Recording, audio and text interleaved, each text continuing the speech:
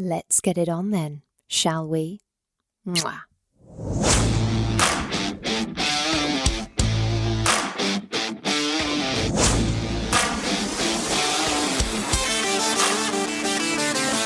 Welcome to Sex on the Peach, your weekly hump day dose of everyone's favourite untalked about topic, sex. Let's get honest, let's get open, let's get comfortable, and let's get into this week's show. Good morning, everyone. Happy hump day, and welcome to this week's episode of Sex on the Peach. So, today we're going to be discussing all things relationship structure. Monogamy, non-monogamy, open relationships, polyamory, and all of the things in this space. And real talk.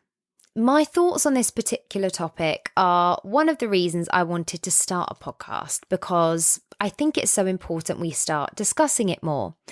Especially to start being honest about how challenging monogamy can actually be at times for the vast majority of people. And yet, this episode has been one of the hardest ones for me to record, and I've had to wait until I've felt personally ready to speak about it. I think that's because this is an episode that is going to have a very specific level of openness and honesty from me, and I am well aware that my own journey within this conversation is going to elicit some judgment. And yes, Sex on the Peach is what I like to believe a judgment-free zone. And yes, I completely own my story and choices and mistakes, but I'm not a naive person. It's going to happen whether people mean to or not. Also, my ongoing journey with relationship structure is super complicated, and I was of the idea that I had to find a finite answer or a place of clarity before I was able to come to the table with this episode. But I think what I've realised is that I don't actually have an answer, and maybe that's what's okay. So, here we go. Time to discuss, is monogamy mo-not-for-me?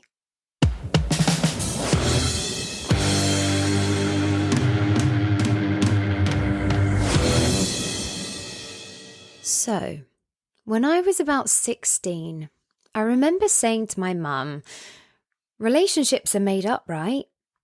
She asked me what I meant, and I said, well, it's a made-up concept, right? Like, it's not real. It's kind of ridiculous to expect one person to tick all of these boxes forever. I just don't really get it.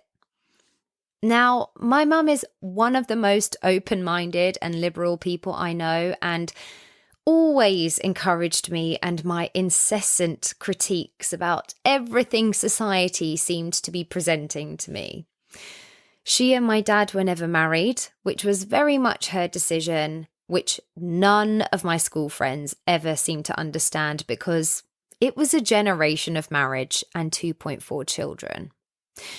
So she took the time to talk to me about that and understand my point of view. But I think she still liked the idea that I would find that one special person that we're supposed to. After all, we're raised on a cocktail of happily ever afters and Disney movies, with the belief that monogamous marriage between a heterosexual cisgender couple for life is the right and correct way to live. Anything outside of that idea, people are at best considered radical, but more likely deemed immoral or fucked up. For as long as I can remember, my instinct was just that something about this wasn't quite right. That's not to say that I don't support monogamy. I just support whatever works for each individual and each relationship. But my instinct has always been that surely that cannot be the only option, and surely people deserve the right to choose. And trying to explain that to people was actually an incredibly isolating and stifling experience for a very long time, as it immediately brought on insults and harsh judgment and required a lot of deep breaths and counting to 10 from me to even get through a lot of the conversations I was trying to have. I don't blame people for this. For years and years and generations, society has deeply ingrained in all of us that our primary goal in life should be lifelong monogamy. And how do we even begin to unpack that when we've spent our lives romanticizing grandparents who were together from 16 years old until, indeed, the day death parted them? Monogamy is just expected to be accepted at face value as an inevitable part of life in Western culture. And for a long time, I bypassed my gut feelings and I ended up buying into it as the only option. I found myself in fights with partners again and again about things I thought I was supposed to be jealous of and things I thought I was supposed to have a problem with because society was telling me that I should. And deep down, I felt like I don't actually really care about this at all. I think I'm supposed to be annoyed about this or jealous about it or tell my partner that this, that, or the other is something that's inappropriate or shouldn't be happening just because other people will see a problem with it. Usually it was an outlet for something else that was wrong with that relationship. But the conversation of what is or isn't appropriate within the confines of monogamy seemed like the place it would often get projected because it's so forced upon us all of the time. And I think my internal fight against the whole suffocating ideal of it made me almost go to the other extreme with it, even though deep down I knew it wasn't how I really felt. I look back now and I think, gosh, what a waste of time and energy. But it has all been part of this huge learning experience for me, and I suppose only served me to want to go on this path more, to try and make sure other people aren't feeling the same way and struggling. So after a decade of monogamous relationships, it took until the pandemic, through having the time to discover, mostly on social media, that there are so many other people out there living their lives in various relationship structures happily and successfully, for me to confidently start expressing how much of a challenge I truly find monogamy to be and comfortably hold my own against the backlash that caused. Do I think it's not possible for me? No. Do I think we need to start speaking about how difficult it really is as a construct? Yes. So, I'm going to speak more about my journey and where I'm currently at with it all. Then we'll speak about some of the basics of alternative relationship structures, and then I'll answer some of your questions. Now, my journey does include multiple instances of infidelity. And I know that people are not going to like that. But it's my story and I own it. That doesn't mean I like it, but I own it. However, my first realization that maybe my attitude towards my relationships wasn't that of a monogamous nature wasn't actually down to my wants or desires outside of my own relationship, but more as a reaction to some of my partner's wants and desires. As mentioned in other episodes, I was previously married, and my ex-husband truly had what can only be described as an obsession with the thought of a threesome. I had had a fair few of those experiences before we met. As we all know, I find them overrated the majority of the time, so it wasn't something that was left on my sexual bucket list. And it was unfortunate that we met at the time he did when he hadn't had the time to tick it off his. To this day, I'm still not entirely sure whether his feelings on it came from his actual own desire or an annoyance that I had this experience and he had not. It's not an unfair statement to say that his views tended to lean just a little bit towards the misogynistic, and therefore the thought of me having any sexual experiences that he had not, or having had sex with more people than he previously had, was not met positively. He did not wish to partake in a threesome as a partnership because he couldn't bear the thought of me and someone else, be that male or penis owner or female or vulva owner, but would regularly bring up the issue that he was unhappy to have not had this experience. This was when I realized that the thought of him going out and having that experience felt more positive than negative to me, and that I want people to have the sexual experiences they want and desire. And if that's independent of me, then that's okay. I broached to him that I was more than happy for him to go out and do this. He had my permission, and whether he chose to do it or not, what I didn't want is to have this conversation anymore. Because it was beginning to feel like a real drain on our relationship over something that I just did not consider even slightly worth it. It didn't bring me feelings of concern or jealousy, purely of relief that he would have an experience he wanted to. Because if we really only have this one life, I don't want to be the reason someone sacrifices something they really want to do, whether that's picking up a new hobby or having an orgy. I explained this to some of my friends at the time who were very much of a more traditional frame of mind, and they couldn't fathom that I could be truly okay with it, and thought that if he were to actually go through with it, that it would surely shatter our relationship. But I felt fine about it, and I knew at that time that it wasn't what society considered normal. I still don't know whether he ever went through with it or not. All I know is we didn't have the conversation again. So if you're listening, hun, I hope you got your threesome in the end. A later partner that I had was known for being incredibly promiscuous. Of course, no judgment, that's completely fine. I have that in me too.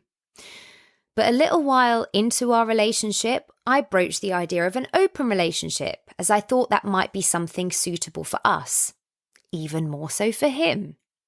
His response was absolutely not. Monogamy was apparently everything for him now, and all he wanted was for the both of us to do that. Behind closed doors, that was absolutely not how he felt, and he was just about having sex with every feasible specimen he could. But essentially, he did not want me to be doing the same, which is another situation I see happening a lot. And that so-called monogamy was actually just a form of control in our relationship. But yes, my attitude towards monogamy or non-monogamy is just as much for my partners as it is for myself. I want people to feel free to do as they wish and desire. That may not include anything sexual, which is fine, but if it does, I don't want them to be afraid of expressing that to me, because I support them and I understand. I really wish I had the knowledge or education or assurance that it's okay to feel this way, because it would have saved a lot of people a lot of hurt. I've been fairly open on my social media and with everyone who has ever asked about my marriage that it ended with me having an affair, which, as I learned, immediately turns you into the devil, despite the surrounding circumstances. Who cares how someone is being treated, because cheating is the ultimate evil, right? And of course, I wish it is something I hadn't done. I wish I had the strength or the knowledge to communicate how I was really feeling to my husband at the time. I have been unfaithful in 3 of my relationships, and obviously it's something I'm not thrilled about. But what I have noticed in those experiences is how people are so obsessed with committing to monogamy, not the person, just monogamy itself, that they are willing to bypass any other behavior, as long as it's within the confines of just simply being monogamous. These instances did not happen in happy environments for me. And I don't mean a bit shit, I mean, quite incredibly abusive relationships with huge amounts of trauma attached. But all people cared about was that someone cheated. Now, I will never excuse my decisions to be unfaithful because I own those moments.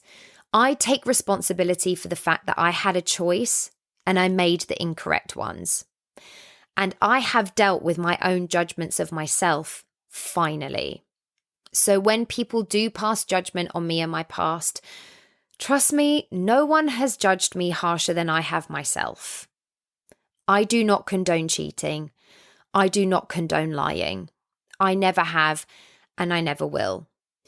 But the fact at the time, it felt like people who had been emotionally, sexually, physically abusive were then victimized because of infidelity really made me concerned about the pedestal we put monogamy on.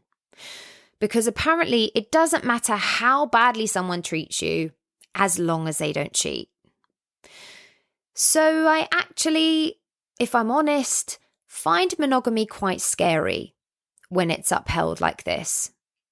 And that is one of the reasons I say my relationship with it is complicated. I want monogamy to be a safe space for people to grow and thrive within their connection, not a source of control or abuse. And I have to be honest, it is the people around me who are in happy monogamous relationships that support my different views about it, and the ones who aren't that take issue with it. For the past year and a half or so, I've been living a solo polyamorous lifestyle, which is essentially living as a single person, but having multiple sexual relationships. Obviously, everyone is aware of the situation, everything is consensual, and everyone involved has the freedom to bow out at any time, as with any other type of relationship. As a very sexual person, and through a huge period of rediscovery, it has been amazing to also finally meet so many people who are open to these conversations and don't automatically think a woman or vulva owner who is sexually liberated and free is the spawn of Satan. However, what I find is the constant request to put a label on how I identify within this space. There is even a lot of gatekeeping within the polyamorous community about people who go between polyamory and monogamy, and the fact you should pick a side, and being able to do both shuns the poly community. And I have to be honest, I am becoming incredibly frustrated with labels and answers, because what I'm finding is that I don't fucking know. The reason I identify as pansexual is because it's fluid and free, and that's how I feel in general. I don't fucking know, and I do not want to have to make a statement on what I am anymore. Surely, as long as everything is honest and consensual within the people within a relationship, however they handle themselves is their business and their business only. And I would like to take my partnerships and my relationships as they come, and allow those discussions to come freely and truthfully. And if we aren't on the same page, that's up to us to decide our path forward or not. Someone asked me recently if I thought I was capable of being in a monogamous relationship again. And it threw me into a bit of a tailspin, because I have no idea what it's like to be in a happy monogamous relationship past the space of about 2 years. For me, the majority of my monogamous relationships have resulted in control and abuse. Do I think it's difficult to have sex with one person forever? Yes. Do I think it's possible with work and communication? Also yes. So I don't know. And I had definitely felt that before I recorded this podcast, that I had to come to you with an answer and the suggestion that there's always a solution and a conclusion that you can come to for yourself. But the conclusion I have found for myself is that maybe I'm okay with not knowing. I'm okay with seeing where each connection takes me and having those conversations with that person or those people when the time comes. I'm okay with allowing myself to be fluid. What I do know is that I won't ever commit infidelity again, because I will either be in a relationship construct where that isn't a thing, or I will be honest with a partner and tell them how I'm feeling if I find myself in a monogamous situation again, and we will deal with it together. So for those people who think cheaters never change or that polyamory is just cheating, I'm here to tell you, you're wrong. I know this was a bit of a long story, but for anyone else who doesn't see monogamy as the simple thing we're taught to accept from the second we leave the womb, I hope this offers you the space to know that you're not alone. It has been a hell of a journey for me and is one that is still very much ongoing. And really, I'm all for it. I aggressively support whatever relationship structure works for all of you out there who are listening. As long as it's consensual and the discussed and agreed boundaries are being respected, there isn't only one way to do things anymore. Okay, so now that's done, let's touch on the basics of these relationship structures. Now, there's a lot of language to swallow here, so please bear with me. We begin with monogamous, which is, of course, two people committing exclusively to each other romantically and sexually, and following the more traditional or conventional path as recommended to us by society. But even within monogamy, we have deliberate and serial monogamy. Deliberate refers to those who end up in a monogamous relationship with the same single partner, more common in our grandparents' era for sure. And obviously we don't go into relationships or marriages intending for them to end, but if they do, and we continue on having relationships with people monogamously, this would be considered serial monogamy. A term coined by relationship and sex columnist Dan Savage within the past decade is monogamish, which describes a mostly monogamous relationship that allows for periods of sexual non-exclusivity from time to time and is treated more as short phases rather than an ongoing relationship practice. Open relationships refer to a primary partner couple who allow for outside sexual experiences or relationships, but the emotional connection and involvement stay limited between the two of them, which is slightly similar to hierarchical polyamory, except that does allow for outside emotional relationship, but maintains a primary partner. Solo polyamory means many loves, by the way, as previously mentioned, refers to maintaining multiple casual relationships or keeping single as their primary position in dating. We also have swinging. Swinging refers to couples who play with others, but together. This may mean attending play events together, like those mentioned in the previous episode about kink and fetish, or participating in threesomes, group sex, or swapping partners with other couples. In a swinging relationship, the focus is on ongoing sexual experiences and pleasure with other people, but doesn't tend to include outside emotional relationships. In a non-hierarchical polyamorous relationship, everyone involved in what would be called the polycule, which is all of the people linked romantically or sexually to this polyamorous group, tend to have intimate relationships with each other, all with equal power and no primary partners. You will also find polycules that hold multiple people, whether that be a triad or a quad, but these are in itself a closed relationship, which would be referred to as polyfidelity. So as you can see, even just to start, there are a lot of different ways to have a relationship in this day and age.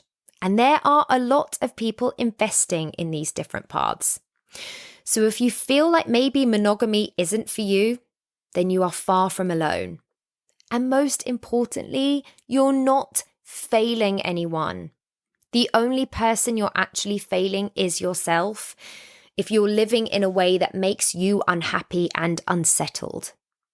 If you keep choosing monogamy and it isn't working for you, there are other ways now. The dating app Hinge has released figures that 1 in 5 users would consider trying an open relationship, and 1 in 10 have already tried it. I would also like to say at this point, I'm not suggesting that you all start opening up your relationships in one way or another.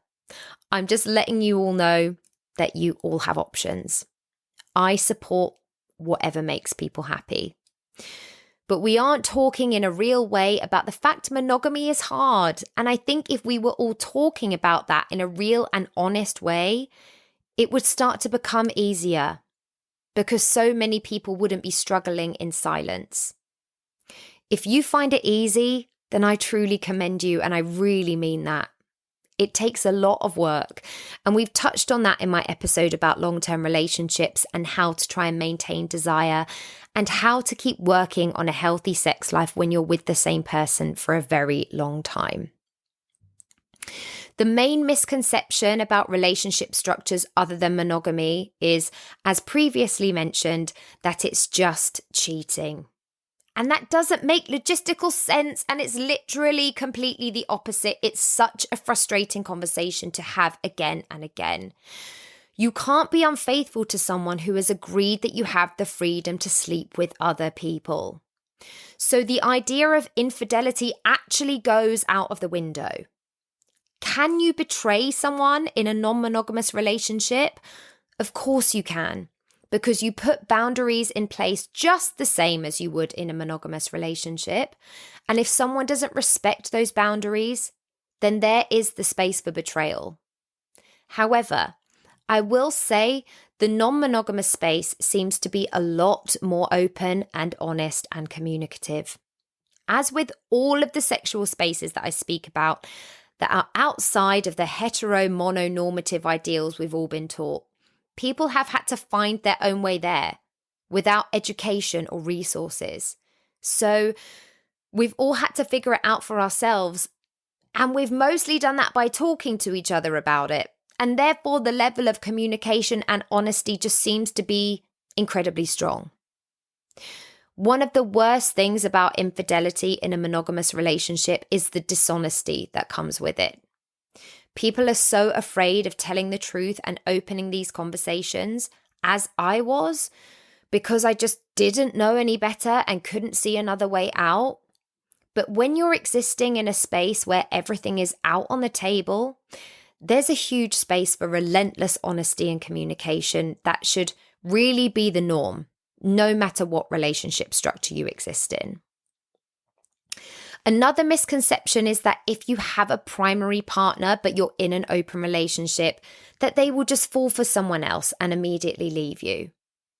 And I'm sadly here to tell you folks, that can just as easily happen in a monogamous relationship. We aren't looking at a world in which every person in a closed relationship or marriage is still together and thriving, and every person in a form of open relationship has run off with someone else at some point or another. People leave monogamous relationships and marriages for other people constantly. If someone is going to leave, they're going to leave. Your relationship being open or closed isn't going to make a damn bit of difference. I know people hate to hear that because God forbid it's shit all over their theory that monogamy is superior to everything else in the entire world, but there it is. That's the truth. Now, non-monogamy is probably not going to be for you if you are an excessively jealous person. However, monogamy is also not the solution for jealousy. A monogamous relationship is not a way for you to control someone and try to keep your jealousy at bay. A lot of people say to me, I'm too jealous for that when talking about relationship structures other than monogamy. And that is, of course, understandable. For some of us, we cope well in monogamous relationships, but not so well with the thought of our partners having sexual experiences with people other than us. But if you are exhibiting jealous behaviors in a way that is harmful to a relationship, monogamous or otherwise, that's something you're going to need to work on no matter what type of relationship you are looking at having. But people often ask, does jealousy exist in non-monogamous relationship structures? Of course. People aren't robots.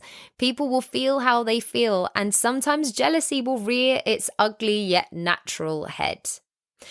I personally don't feel any level of jealousy at the thought of my partner indulging in any level of sexual activity with another person. But the thought of them sitting down for a coffee with someone else for 4 hours and telling them the good or bad parts of their day before they've told me makes me want to scratch people's eyes out. So, I guess I'm an emotionally jealous person and not a sexually jealous one. That may be because I'm capable of having very casual sexual relationships, and I know how it feels for them to be essentially rooted in instant gratification and nothing more than that. So the thought of my partner feeling or engaging in the same thing just doesn't bother me. Emotionally, however, I can be quite territorial over my friends as well. So I guess it makes sense that this is where my jealousy would sit. And therefore, a relationship structure that involves multiple emotional relationships is probably not going to be for me, because I'd constantly be like, me first though, right? Of course, this is still a topic steeped in stigma and shame. So although there are so many more resources to find out more information about it than there ever have been, if you try to talk about it, you're still going to constantly come up against it. I am sad to report that I have been called all sorts of things when offering my opinion that monogamy is simply not the only way. Slut being the most common one, but honestly to that I just say, well, thanks. They're absolutely correct. What you're going to do. It all comes from a lack of education, a lack of understanding, and a lifetime of ingrained societal bullshit that some people just cannot see past. However, a lot of the time, the truth might be that someone also harbours those same desires or interest, but they don't feel in a position to be able to vocalise those desires themselves, and they aren't ready to live authentically out loud. And therefore, they don't want anyone else to be able to. Or they feel personally attacked by the fact other people are able to be so open about it. It's classic projection, and you really have to find a way to let these attitudes go over your head, because you deserve better than to feel forced to live in a way that doesn't feel right or comfortable for you just because someone else doesn't feel ready for you to do that. Some people don't like the idea of others having it all. But really, if you are a naturally monogamous person and you are happily in a monogamous structure, then you should feel like you have it all, as much as that's a thing. And you shouldn't have a problem with someone else's having it all looking different to yours. I do actually want my partners to have it all, whatever that means for us. I've mentioned this several times on past episodes, but if I met someone and we had an amazing connection and our love was strong and our relationship was great and they loved anal sex, well, we all know that anal sex is 100% not for me, and also barely even physically possible for me. Am I going to deny them that and expect them to sacrifice that pleasure forever for me? No. I'm happy for them to go and get that elsewhere, as long as it's safe and as long as it's handled in a consensual and respectful way. They can go and have that pleasure independently of me. Sometimes people have certain kinks or fetishes that their partners just don't feel able or comfortable to fulfill. But their personal arrangement is that their partner can fulfill just that kink or fetish elsewhere. If I end up with a male or penis owner partner, which is more likely because I tend to mostly have relationships with men and penis owners, Maybe an open relationship for me looks like still being able to have sex with people of other gender identities. There are so many ways to make things work now that don't require people to either make the sacrifices we've been taught we have to make to accommodate this one person that is supposed to tick every box under the sun, or break up entirely. The fact of the matter is, whatever relationship structure you're living, the ground is constantly moving underneath us. We're constantly evolving and growing, and so as always, communication is going to be everything. You may find you're in a non-monogamous relationship structure and you've put certain boundaries in place, and when you start living the reality of them, they don't really work for you. So you got to go back to the drawing board and renegotiate. It's okay for things to change and move. And hopefully, you and your partner or partners will do this together with healthy and honest communications. Okay, obviously all an ongoing conversation, as with everything we speak about here on Sex on the Peach. But I hope that's enough to kick this topic off as an introduction to alternative relationship structures. And so I'm now going to move in to this week's questions. Number 1, do you think it's possible to open up a relationship and then close it? Or is it like once it's open forever? Well, to put it incredibly simply, it is of course possible to do whatever you want with your own relationship. So as long as it's treated with honest communication and respect, and both people are consenting to the boundaries and structure put in place for your relationship, yes, it is possible. Might it come with some difficult challenges? Absolutely. For example, if one person wants to close a relationship again but the other doesn't, it will require looking at why you decided to open up the relationship in the first instance and why you want to make it monogamous again. Some people discover they are naturally non-monogamous or polyamorous. Is this something that the two of you in your relationship have discovered about yourselves, and that's why you've decided to open up the relationship and see how that feels for you both? If so, you might find that you don't actually want to close it again because it feels like a more natural way of living for you. But of course, this isn't something you'll know until you try it. If you're actually looking to open up your relationship on a sexual basis because there is a lack of sexual satisfaction, then I would actually suggest prioritizing working on your own sexual connection with your partner and not looking to open up your relationship just yet, because you may then be looking at doing this more as an escape, and that just won't solve anything and may potentially exacerbate any existing issues you have in your current relationship. But if you feel you're in a healthy and communicative place with your partner and you're ready to try opening up to more sexual partners, there's no reason to believe that once you open up your relationship that it has to be that way forever. There are plenty of relationships out there who go through phases of opening their relationships and then closing them again, and are able to maintain strong, intimate and emotional connections with each other in doing so. So you won't be alone in this practice if it's a journey yourself and your partner decide to go on together. People will often close their relationships again if a partner is going through a period of stress or even a pregnancy or something like that. However, if you find that you open your relationship and you all of a sudden want to close it again because you're concerned your partner is forming maybe more numerous connections than you are, this is something you will have to discuss and work through, because it's unfair to immediately change the rules just because they aren't working in your favour.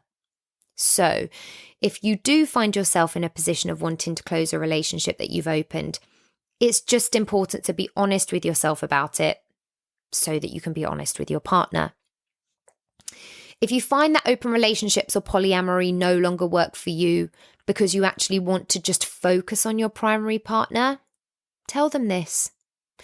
In the same way that people are living in fear of telling their monogamous partners that they want to open their relationships, There are also people in open relationships feeling the same about wanting to tell their partner that they want to be monogamous.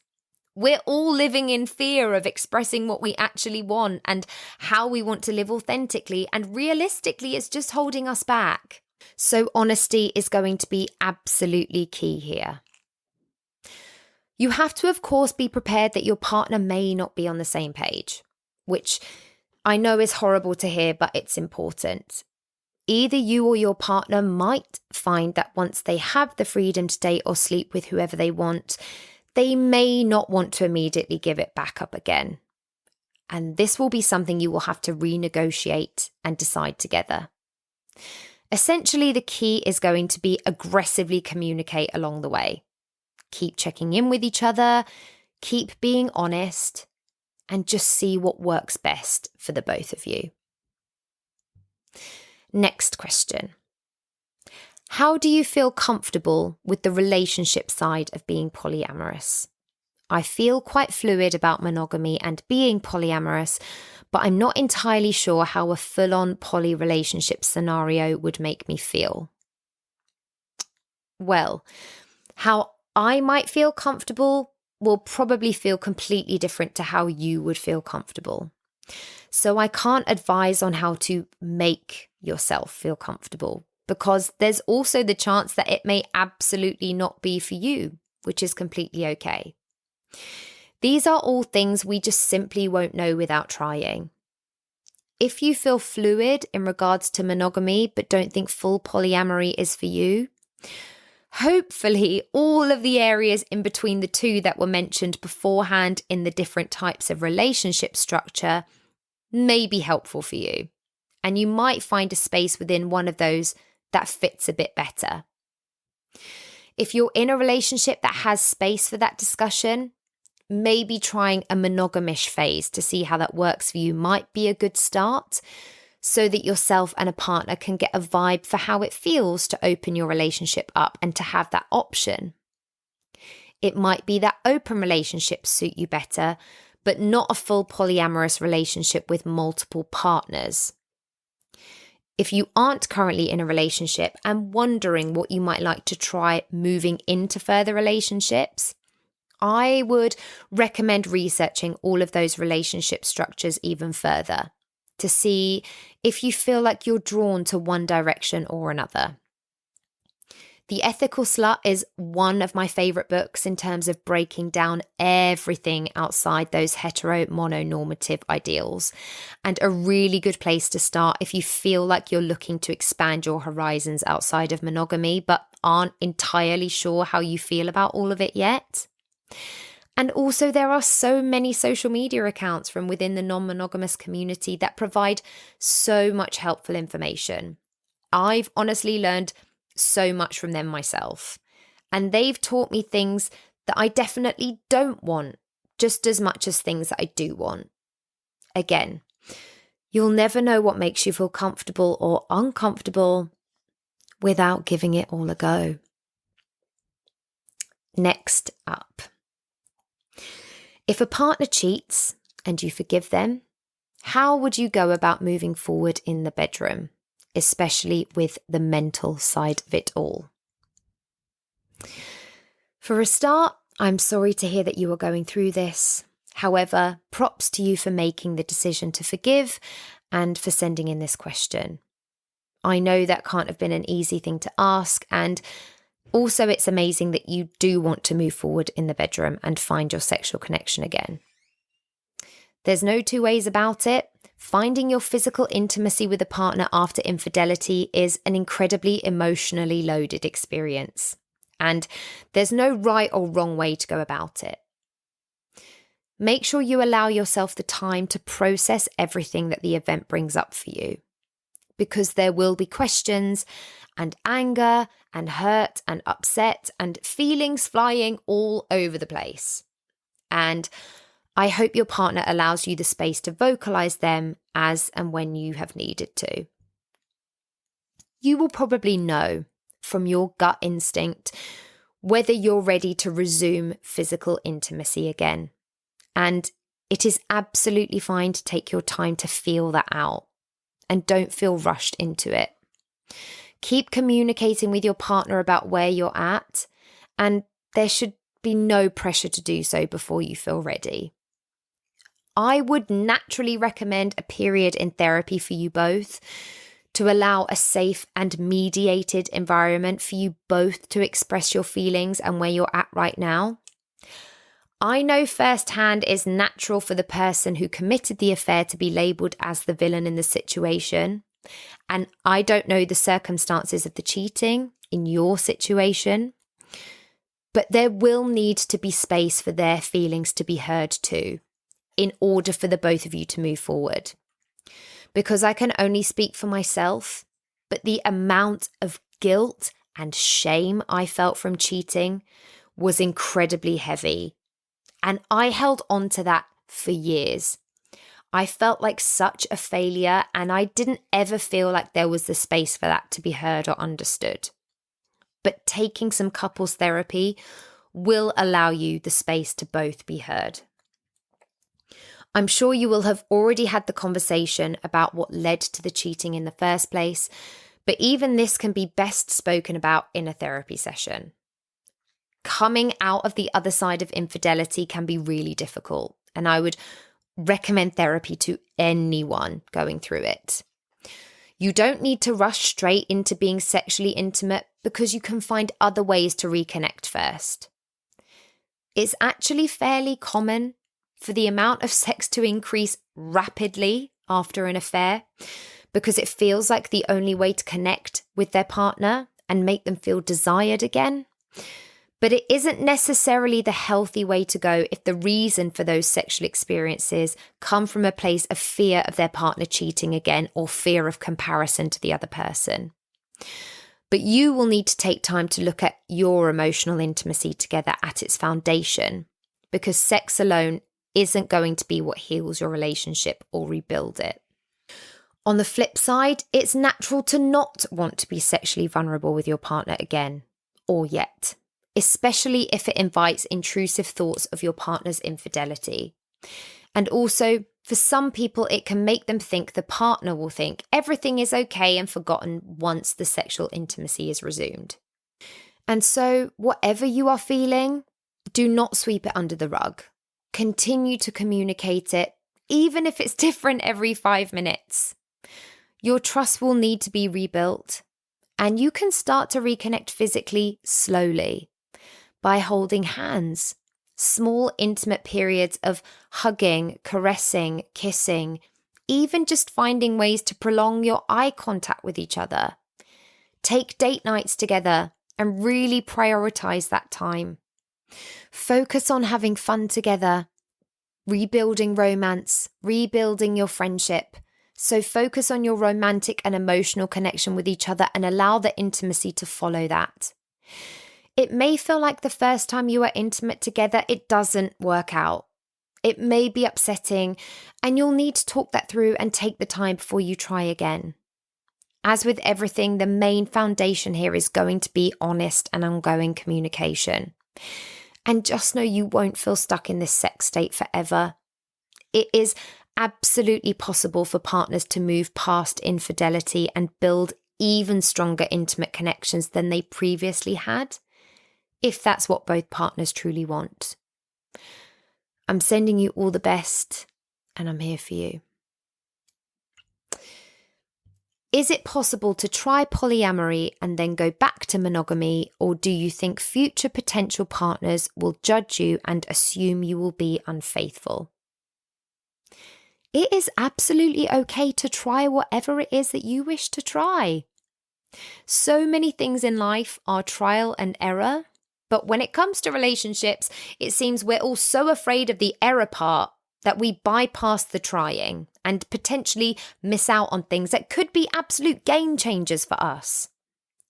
As long as you're keeping things consensual and respectful, you are literally okay to give anything that you want a go. You may find that polyamory is the lifestyle you favour, and therefore trialling that will only change your life in a positive way. And you might not want to go back to monogamy. You may find, as do I, that you're a little more fluid within it all, and can go a bunch of different ways. And that is something you can discuss on a case-by-case basis as and when you cross those bridges.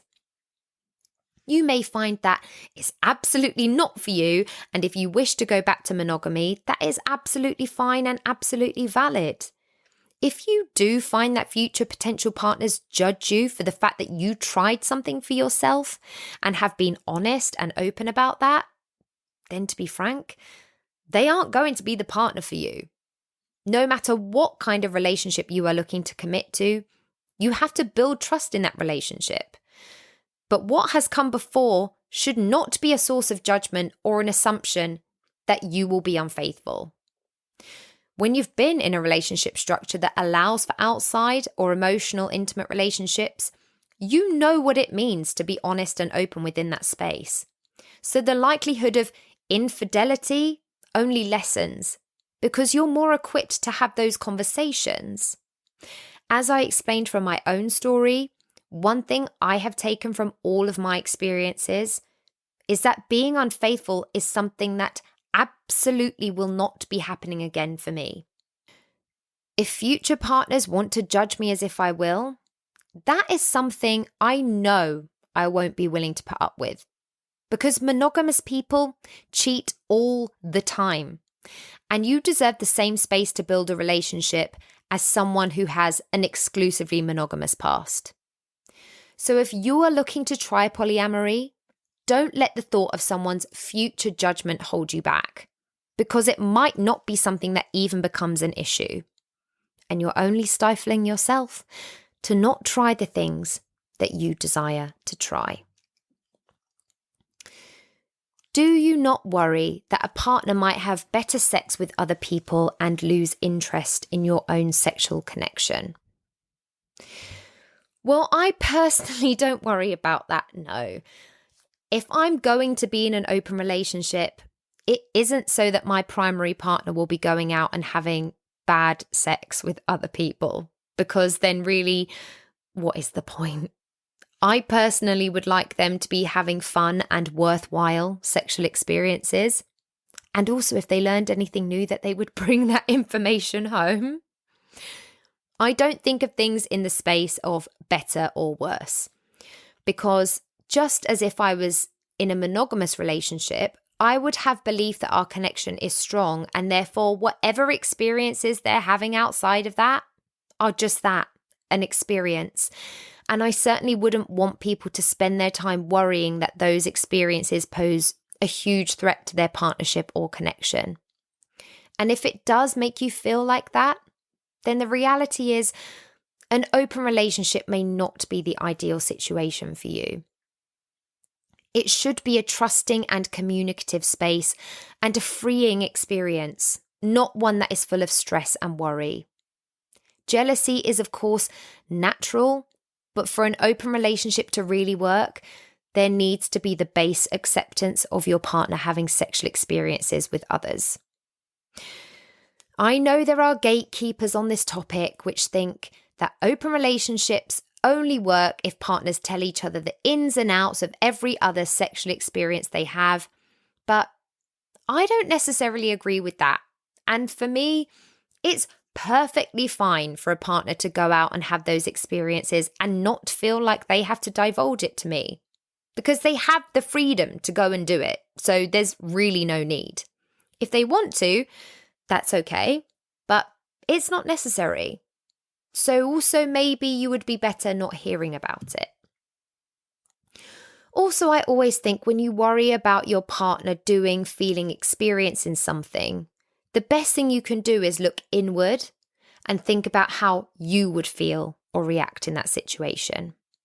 If you went out and had a mind-blowing sexual experience with someone else, would that then mean you would lose interest in your sexual connection with your partner? As much as we can get to know other people, as much as we may feel like we know our partners inside out, the only person we truly know is ourselves. And so always have a think about your own position if you were on this side of the situation. We do not have control over other people. So if you're in an open relationship and this were to be something that happened, Nothing we could have done can have changed that. Because we can't gatekeep our partner's sexual experiences or make sure they pale in comparison to your own sexual experiences with them. It would require, as always, open, honest discussion and then a period of sexual reconnect with your partner, if that's something you both wanted. Your partnership with this person will go beyond just sex, whereas their connection with other people will probably be solely focused on that and that alone.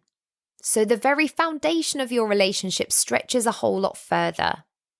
But as with any long-term relationship, open or monogamous, your own sexual connection will require ongoing work and conversation.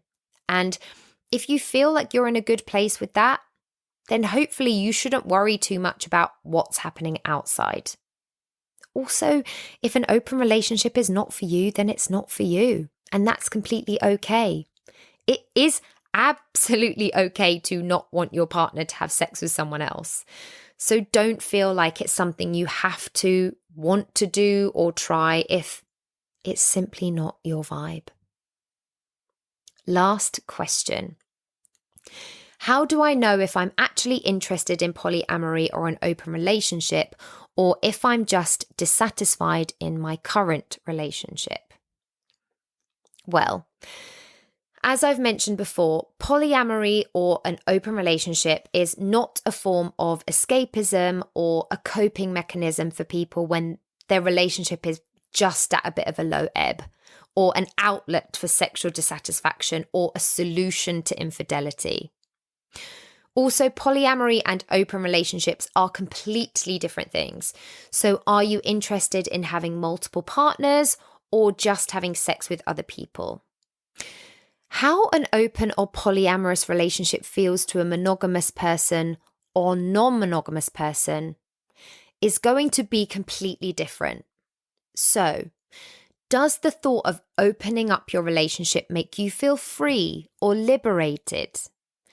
Does the thought of your partner having sex with someone else feel like absolute hell? Let's revisit that polyamory means many loves, not other loves because I'm bored with my current one.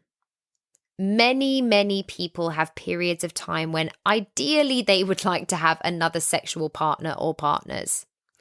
However, if your relationship up until this point has been solely lived in conventional and monogamous terms, it isn't going to be as simple as going, cool, we're open now, okay, and have everything fall immediately into place. Well, maybe in a perfect world, but it's unlikely. You might be in a position that even though you want to consider opening your relationship, your partner has never even considered it to be an option and is completely against it. And if your partner has a hard time with the idea, it will probably cause some discomfort. So, do you have an idea if this is something your partner would be interested in doing as well? Is it something you can do together? If you're even considering that you might just be bored in your relationship, which is again, perfectly natural for a long-term relationship, but no one is talking about it. Before going to the lengths of opening up the relationship, I'd look inside first and see if there are things you can do to spice up the relationship itself. Because ideally you aren't dissatisfied in your relationship and your sexual experiences. And there are many things you can try together if you are feeling that way before you look at changing your relationship structure altogether. So I would recommend a sexual check-in with your partner, seeing if there are new things they would like to try, letting them know things you would like to try, and seeing if you can add in things that enhance your relationship and intimate connections before opening it up to other people. You may find eventually that you do want to do that and decide to take that path together, in which case, great. But if you're doing it from a place of dissatisfaction with your current partner, this is where it could be more likely that you're actually looking for an out of your relationship and just to meet another person. So I would take a period of reflection and really being honest with yourself about what you truly want out of this before making any big and potentially life-changing decisions.